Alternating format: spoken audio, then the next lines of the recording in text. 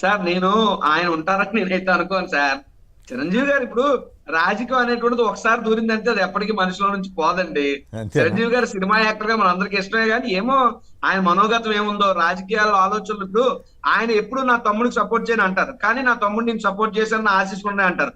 ఒకసారేమో తమ్ముడు వేరు రాజకీయం వేరు అంటారు. సో చిరంజీవి గారు సినిమాల్లో మంచి హీరో, కానీ రాజకీయాలు అంతగా క్లిక్ అవ్వలేదు. రాజకీయాల్లో కూడా ఒక స్టాండర్డ్ అయినటువంటి మాటలు ఎప్పుడు ఉండవు చిరంజీవి గారివి. సో బట్ పవన్ కళ్యాణ్ ఏదైనప్పటికీ అంటే మీరు రాజకీయ చెప్తున్న అనుభవం దాని కూడా ప్రకారం ఆయనకు లేదు కదా. మీరు చెప్తున్న దాని ప్రకారం మాట మార్చడంలో పవన్ కళ్యాణ్ చిరంజీవికి పెద్ద తేడా లేదనమాట అట్లయితే. అంతే కదా సార్. అంటే నేను అనుకోవడం ఏంటంటే, ఇంకా పవన్ కళ్యాణ్ అన్న చంద్రబాబు నాయుడు జిహూసూర్ అయిపోయాడు తప్పితే, మరి ఆ రోజు ప్రజారాజ్యం పెట్టినప్పుడు కలిసి పోటీ చేయమని ఇదే చంద్రబాబు ప్రపోజల్ పెడితే చిరంజీవి గారు ఒప్పుకోలేదు కదా.